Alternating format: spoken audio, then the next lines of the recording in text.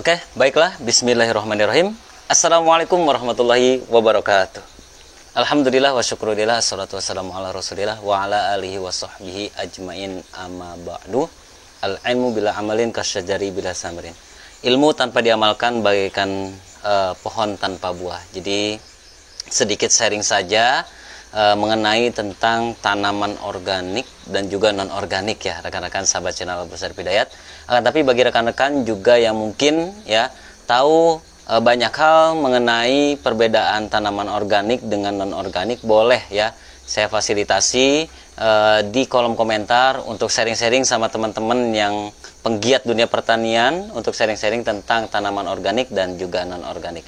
Yang pastinya ini penting banget, apalagi ya sektor pertanian organik ya banyak sekali digeluti oleh rekan-rekan masyarakat Indonesia ya, alhamdulillah, khususnya para petani yang luar biasa yang insya Allah mudah-mudahan diberikan sehat walafiat oleh Allah Subhanahu Wa Taala, petani yang diberikan kemudahan, kelancaran dan serta diberikan kesuksesan di dalam setiap ikhtiarnya. Amin amin ya Allah ya rabbal alamin. Dan kami doakan semuanya mudah-mudahan bagi rekan-rekan yang memiliki utang piutang juga mudah-mudahan diberikan kelancaran untuk melunasinya, karena juga ada yang minta doa juga Kang Syarif.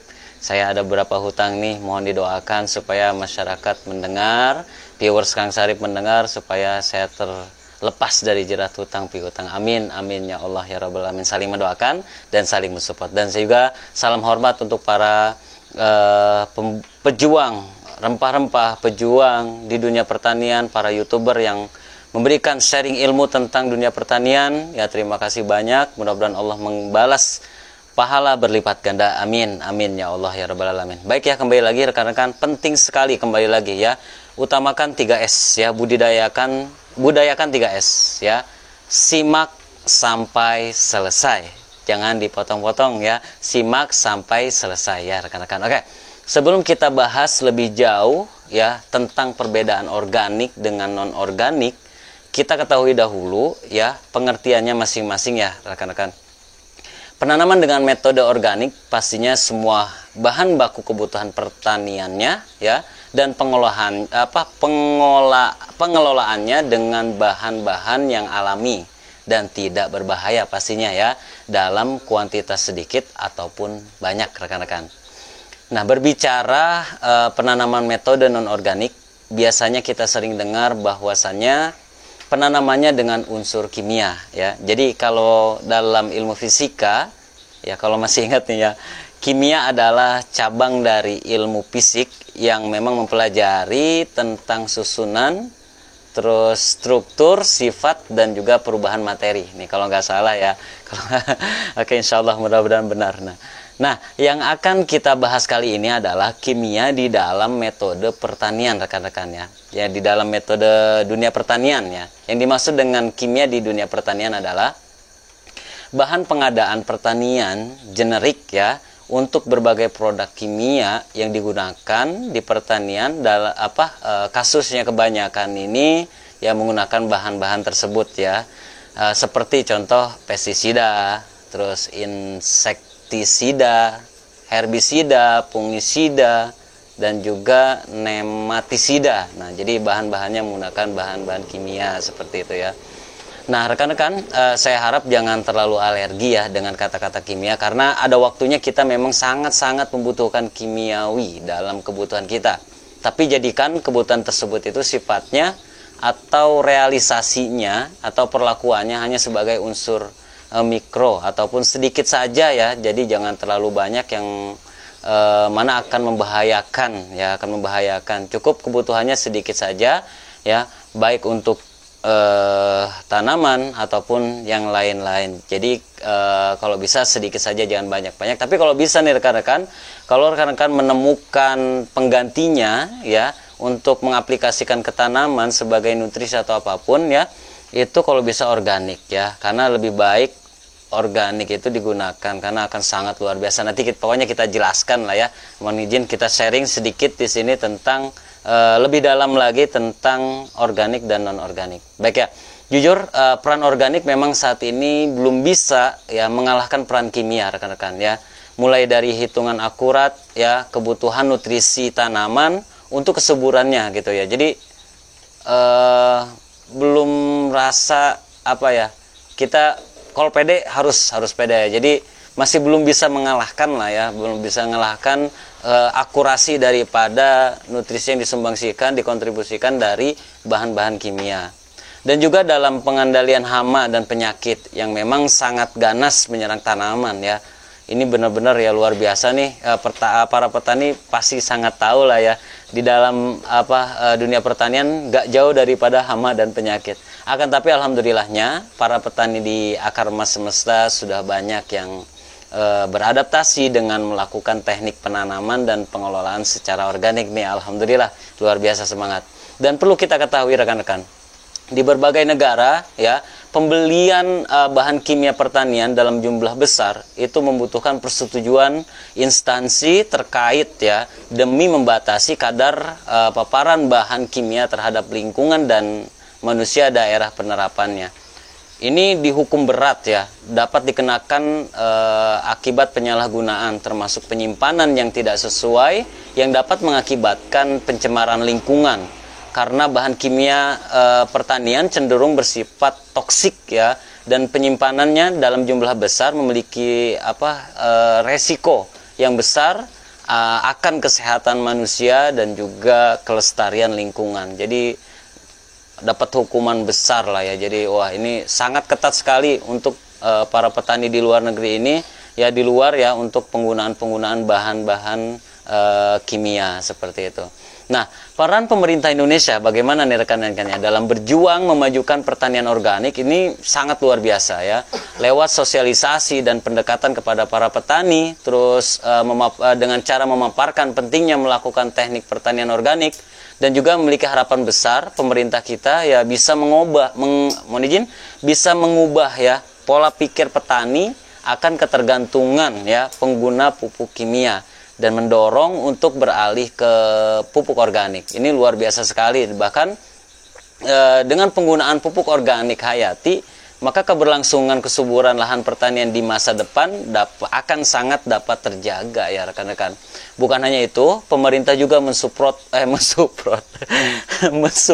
ya pabrik-pabrik pengolahan pupuk ya, baik itu POP ya, pupuk padat, POC, pupuk organik cair, untuk mengedepankan bahan-bahan organik. Ini sangat luar biasa sekali pastinya rekan-rekan. Kita support pemerintah terus untuk mendorong ya, untuk mensupport ya, bukan mensupport untuk mensupport pabrikasi ya yang mengolah bahan-bahan pupuk organik padat, organik cairnya dengan bahan-bahan organik. Untuk apa? Wah, luar biasa, nanti kita akan jelaskan ya. Sedikit sharing aja nih rekan-rekan ya. Nah, alhamdulillah wa syukurillah, Akar Emas Semesta ya sangat-sangat menjaga marwah keorganikan ya. Bahkan kami fasilitasi modul dan teknik pembuatan pupuk ya, pengadaan media, terus perawatan secara organik. Kembali lagi, pupuk organik padat, pupuk organik cair. Kami sediakan modul ya rekan-rekan, bagaimana cara membuat pupuk organik padatnya, cara membuat pupuk organik cair, pestisida, nabatinya. Wah, itu pokoknya luar biasa sekali ya. Rekan-rekan bisa bergabung ya, sudah saya upload nih video sebelumnya yang sudah saya share nomor admin untuk bisa bergabung di Akar Emas Semesta. Nah rekan-rekan, apa sih pertanian organik ya? Pertanian organik adalah sebuah sistem budidaya yang memang mengandalkan bahan-bahan alami tanpa menggunakan bahan kimia sintesis ya. Nah, mulai dari pengolahan lahan, pengolahan POP, POC, teknik perawatan dan lain-lain. Nah, sekarang ini bahan makanan dari pertanian organik sedang populer nih. Jadi hasil panen-panen para petani yang organik sedang sangat populer di masyarakat, di pasar tradisional maupun pasar modern, dan memiliki nilai jual yang luar biasa karena manfaatnya juga sangat luar biasa, sehat untuk dikonsumsi ya rekan-rekan. Nah, produk pertanian organik tersebut ya, seperti sayuran, buah-buahan, padi, hasil kebun, atau biasa disebut juga dengan jenis tanaman palawija, dan juga termasuk nih ya rempah-rempah sebagai bahan-bahan utama dan membuat produk olahan, baik itu untuk dikonsumsi atau sebagai potensi usaha yang berlabelkan produk herbal ya, yang kini banyak dijual dan ini sangat populer sekali. Jadi produk-produk herbal, jahe merah ya, kunyit hitam, kencur, itu untuk pabrikasi ya, untuk dikembangkan nilai jualnya dalam bentuk produk. Ini mereka sudah banyak menggunakan bahan-bahan dari hasil pertanian organik. Ini luar biasa sekali bukan ya rekan-rekan? Nah, dalam melakukan penanaman ya tidak akan merusak lingkungan nih kalau kita menggunakan bahan-bahan organik, karena tidak menggunakan bahan kimia sintesis tadi ya.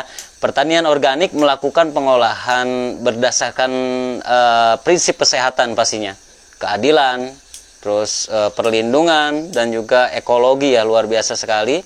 Dalam prinsip kesehatan yang dimaksud ini maksudnya pertanian organik harus dilakukan dengan memperhatikan kelestarian ya, sehingga akan menjadikan lingkungan sehat ya, oksigen terjaga, dan juga akan meningkatkan kesehatan manusia pastinya.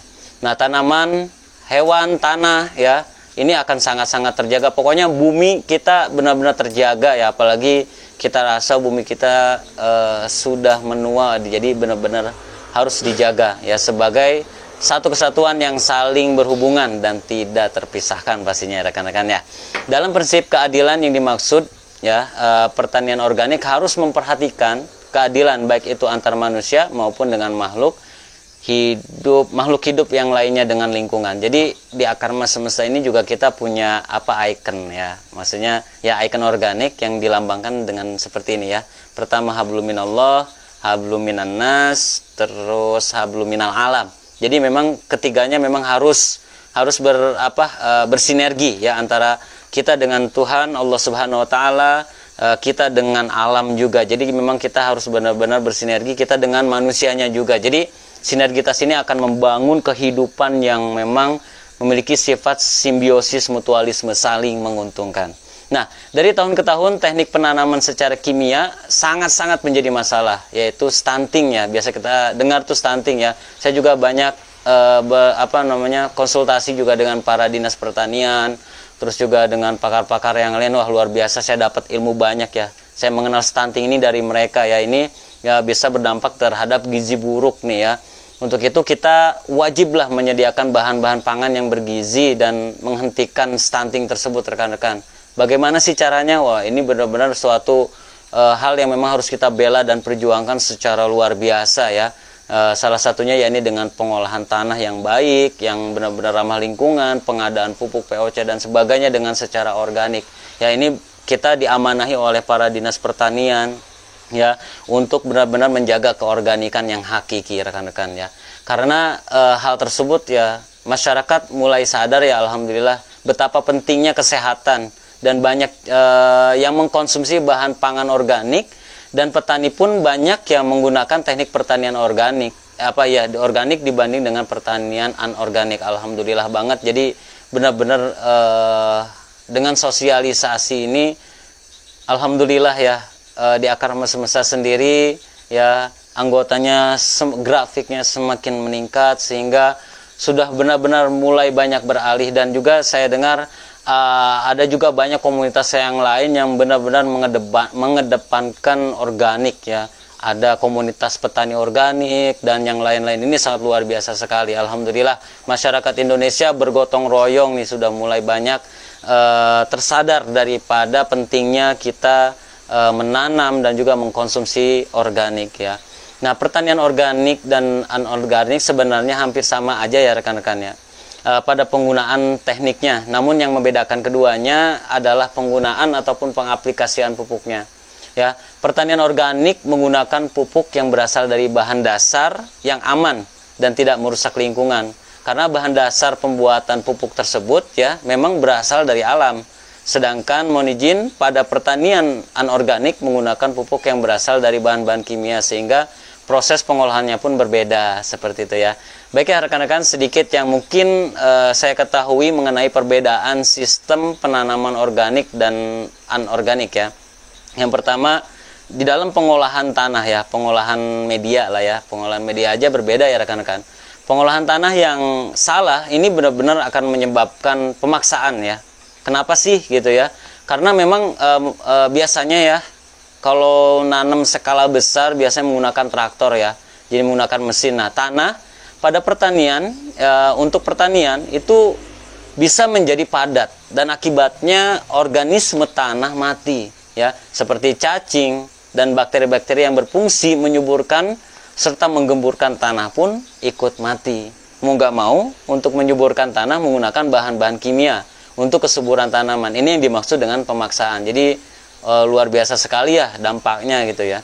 Nah, tapi alhamdulillah nih, semakin berkembangnya zaman, ada juga ya mereka menciptakan ya, mencari solusi agar tidak padat lahannya dengan cara mereka membuat traktor yang memang juga sudah bentuk bedengan dan sebagainya. Ini luar biasa sekali ya. Nah, sedangkan pada pertanian organik, pengolahan tanah dia diminimalkan dengan membiarkan organisme tanah tetap hidup sehingga memperkecil resiko kerusakan tanah ya, dan disupport juga dari kompos yang tersedia di alam seperti sekam bakar dan kompos-kompos lainnya. Ini luar biasa sekali ya, karena kami benar-benar mencoba menjaga kelestarian tanah itu sendiri, menjaga unsur hara tanah itu sendiri. Adapun di akar semesta ini kami memfasilitasi untuk penanaman di media karung rekan-rekan. Jadi memang tidak harus diolah, hanya saja pembersihan lahan saja dari gulma-gulma yang ada. Jadi jangan sampai ada gulma di antara kita. Oke ya. Nah, selanjutnya persiapan benih ya, persiapan benih. Nah, apa sih bedanya ya? Ada sedikit perbedaan ya, sedikit pengalaman dari konsultasi saya dengan para dinas, para pakar-pakar yang lain. Luar biasa nih ya. Benih organik biasanya berasal dari tanaman alami ya. Maksudnya tidak merubah gen ataupun asal muasalnya baik dari bentuk ataupun jenisnya gitu ya rekan-rekan. Kalaupun benih kimia, benihnya dari hasil biasanya ada persilangan ya, ataupun rekayasa genetik. Nah, kenapa sih bisa dikatakan kimia? Hakikat nama ataupun disebut kimia adalah sebutan aja sih ya, rekayasa. Maksudnya gini, ini loh, ini misalkan korek ya, ini korek ya, kita mau nyebut apa kalau ini tidak ada rekayasa? Oh, ini namanya korek ya kan. Kalau misalkan di dalam bahasa Arabnya kibrit ya kan, dalam bahasa Inggrisnya ini, dalam bahasa Jermannya ini. Jadi kimia itu adalah nama yang diberikan untuk bahan-bahan tersebut. Jadi rekayasa lah ya, seperti itu. Kenapa sih bisa dikatakan apa sih namanya rekayasa? Karena ya kita untuk benar-benar mengetahui ya, ini loh yang dimaksud dengan bahan-bahan baku yang dibuat ini namanya kimia. Kimianya jenis-jenisnya ini dan sebagainya gitu ya. Nah, ini memiliki sifat yang memang merubah jenis itu merubah jenis itu sendiri ataupun bentuk dari kemurniannya. Jadi merubah kemurniannya gitu ya. Nah, rekan-rekan, selanjutnya benih organik nih ya. Benih organik itu didapatkan dari hasil pertanian organik, dan sebaliknya benih kimia ya didapatkan dari hasil pertanian yang pengelolaannya ataupun pengolahannya secara kimia. Jadi benar-benar ya pembenihan ini, kalau yang organik ini benar-benar misalkan jahe ya, jahe itu tumbuh tunas ya, tumbuh tunas, misalkan dari jahe tumbuh tunas, tidak dicampurkan dengan jahe gen jahe gajah ya kan, ataupun dengan gen jahe emprit dan yang lain-lain. Benar-benar asal muasalnya dan kemurniannya benar-benar secara alami seperti itu. Nah, selanjutnya ya kita ambil poin dari persemaian atau pembenihan bibit. Nah, dari bibit, penyemaian bibitnya. Jadi mulai dari pengadaan media, persemaian ataupun pembenihan bibit pastinya dengan bahan-bahan alami ya, seperti kohe kambing, sekam bakar, dan bahan-bahan alami lainnya ya, dan juga pastinya dengan teknik pembenihan pun ya, dengan teknik organik yang dilakukan secara alami pastinya, memberikan kesempatan pertumbuhan benih sesuai masa, waktu, dan prosesnya. Nah, sementara pertanian kimia dilakukan dengan pupuk dari bahan-bahan non-organik, serta pembenihan pun dilakukan dengan teknik jaringan kultur biasanya ya, yang tadi saya sampaikan di benih ya, itu ada yang genetiknya emprit dicampur dengan gajah dan sebagainya. Bahkan itu benar-benar telah merubah gen dan mengkombinasikan dengan jenis atau ya varietas lainnya. Maka dari itu, kalau organik benar-benar dia dari proses dan waktu memang sesuai dengan alamnya. Biasanya kalau di jahe merah pembenihannya itu selama 45 hari ya, 45 hari. Jadi kalau misalkan secara kimia bisa saja dicepetin ya kan. Kadang ada ya contoh karbit, misalkan pisang yang harusnya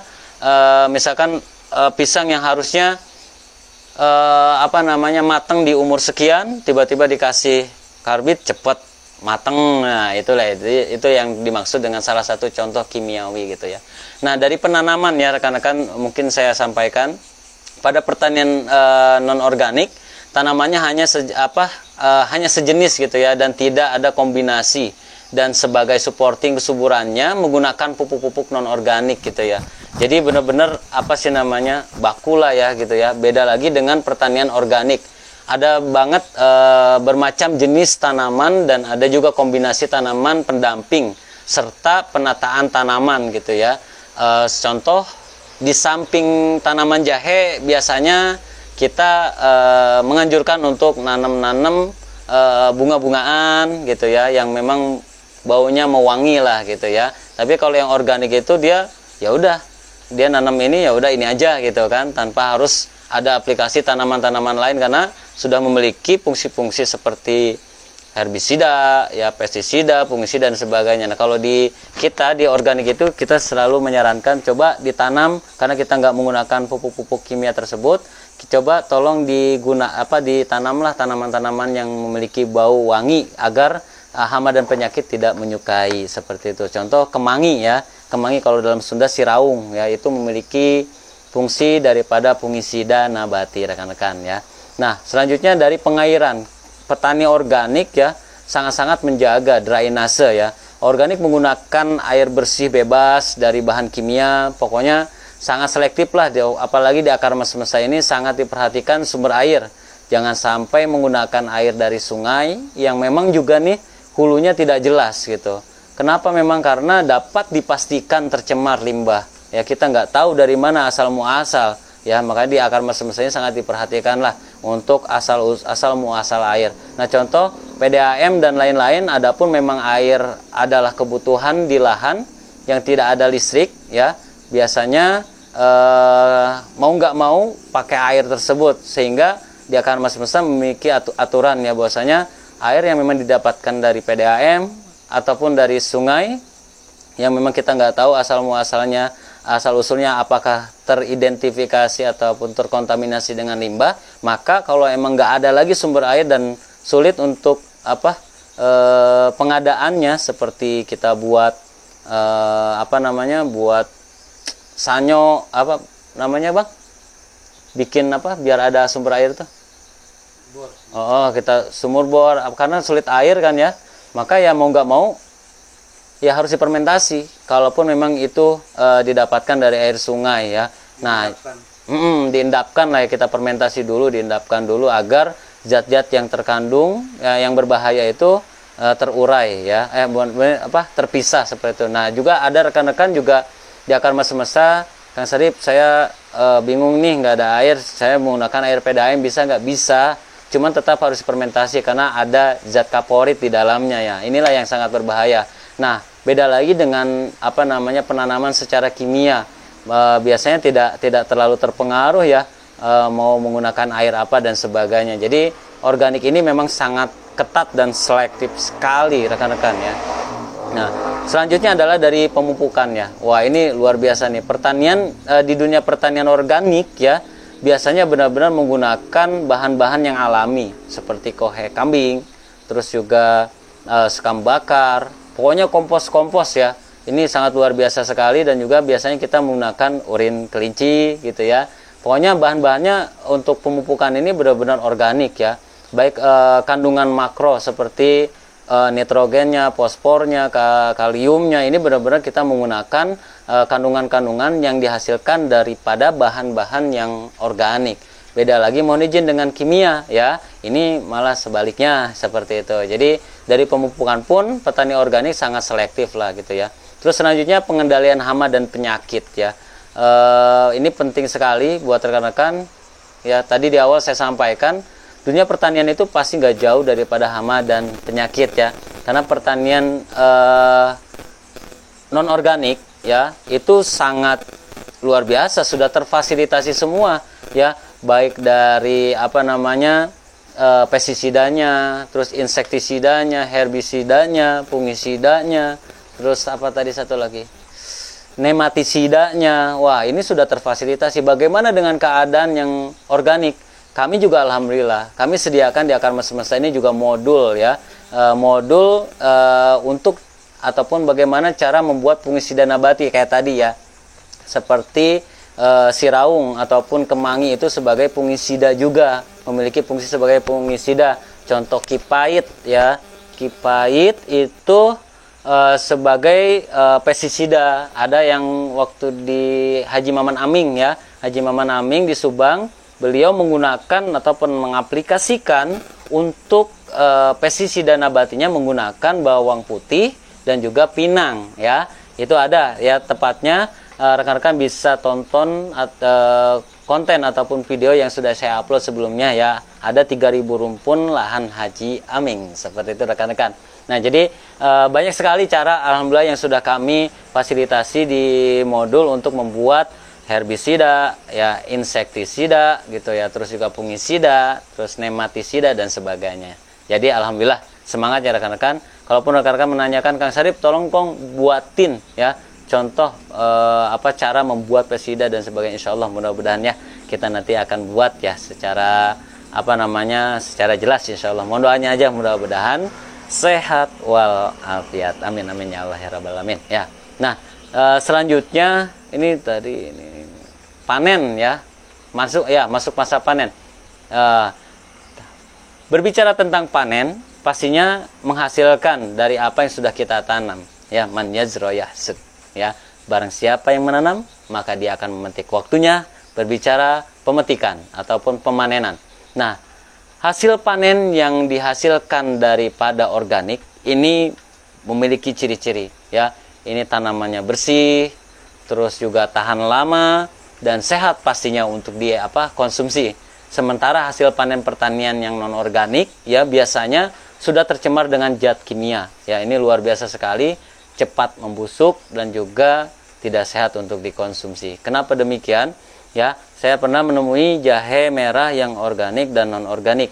Ketika saya simpan, tahan lama banget yang organik ya, dan ketika saya lihat yang non organik, wujudnya sudah mulai membiru ya, sudah mulai mengalami pembusukan dan penyusutannya lebih cepat yang kimia ini. Makanya rekan-rekan, bagi teman-teman yang menanam secara kimia ya, jangan lama-lama disimpan, khawatir terlalu banyak pembusukan. Dan tidak perlu khawatir untuk penanaman organik karena insyaallah akan aman ya. Alhamdulillah kita juga ada beberapa stok ya, yang mungkin juga di salah satu lahan dari Farmstar kita yang dia itu belum bisa tertanam karena media belum tersedia. Itu luar biasa, sampai sekarang itu 2,5 bulan alhamdulillah ya. Mungkin beliau nonton nih kali ini ya, itu masih bagus, bahkan bertumbuhan tunas ya, luar biasa sekali, dan wujudnya masih bagus karena penyimpanannya juga bagus. Jadi di tempat yang tidak tersorot oleh matahari, tapi di dalam suatu ruangan yang memang di situ ada sirkulasi udara. Jadi memang kita pun harus mengetahui ya, jangan sampai mentang-mentang organik kita simpan di luar sehingga aman-aman aja. Enggak, ya memang ada perlakuan khusus ya agar agar terjaga dengan baik. Mungkin ya itu saja rekan-rekan, ini luar biasa sekali. Pokoknya teruntuk rekan-rekan yang memiliki pengalaman akan ya pengertian ataupun pemahaman tentang organik dan non organik, boleh di-share ya rekan-rekan. Boleh di-share di kolom komentar ya. Kita intinya di sini sharing-sharing saja bagaimana membedakan antara penanaman organik dengan non organik. Jadi bebas saja, saya fasilitasi kolom komentar untuk rekan-rekan bisa sharing-sharing tentang penanaman organik dan non organik.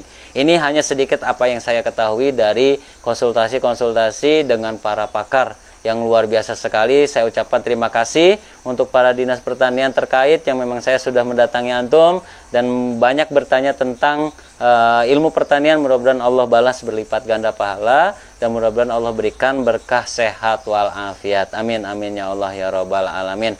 Baik ya, itu saja rekan-rekan mungkin yang bisa saya sampaikan. Kurang lebihnya mohon maaf sebesar-besarnya. Intinya kita bantu pemerintah yang sekarang sedang menggalakkan organik agar kiranya pemerintah bisa goal, bisa sukses ya di dalam mensosialisasikan penanaman ya dengan metode organik ya. Amin amin ya Allah ya robbal alamin. Pokoknya kita harus bersinergi dengan pemerintah ya, pemerintah sangat luar biasa untuk kita. Oke, rekan-rekan sahabat channel Abu Syarif Hidayat, itulah yang mungkin bisa saya sampaikan. Terima kasih atas segala perhatiannya. Kurang lebihnya mohon maaf. Wabillahi taufiq wal hidayah. Wassalamualaikum warahmatullahi wabarakatuh.